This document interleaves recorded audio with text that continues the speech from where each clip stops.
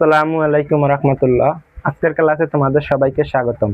আজকে আমরা লগারিদমের বেসিক নিয়ে আলোচনা করব।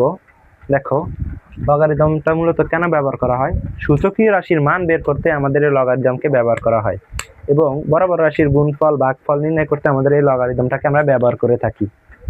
এবং এই লগারিদমকে সংক্ষেপে আমাদের লগ বলা হয়। এটাকে সংক্ষেপে কি বলা হয়? লগ বলা হয়। মনে রাখবা, লগ হচ্ছে একটা অপারেটর। লগ কি? লগ একটা অপারেটর।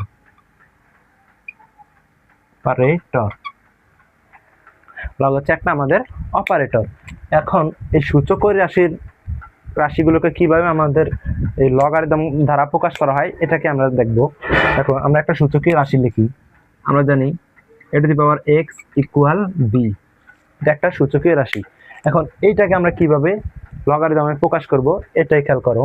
দেখো, এক্ষেত্রে আমাদের একটা মনে রাখতে হবে যে এর মানটা অবশ্যই শূন্য থেকে বড় হতে হবে এবং শূন্যের সমান হতে পারবে না। যদি এই শর্তটা মানে, তখন আমরা এটাকে বলতে পারবো এই a to the power x equal b হচ্ছে x এর লগ b এর a ভিত্তিক লগ। x হচ্ছে b এর a ভিত্তিক লগ।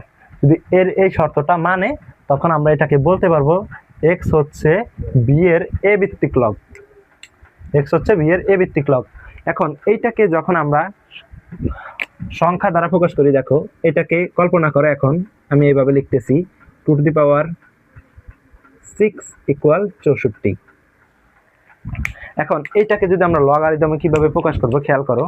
2 টু দি পাওয়ার 6 অর্থাৎ এটা এখানে যদি এইটাকে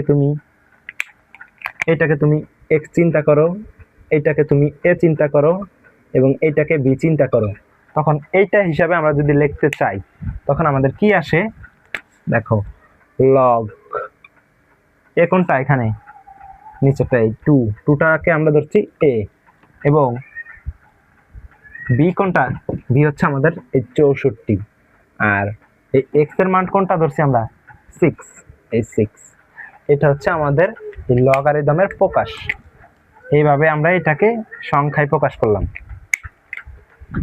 বুঝতে পারছো? তাহলে লগারিদমকে আমরা কিভাবে এটা মানটা পেলাম?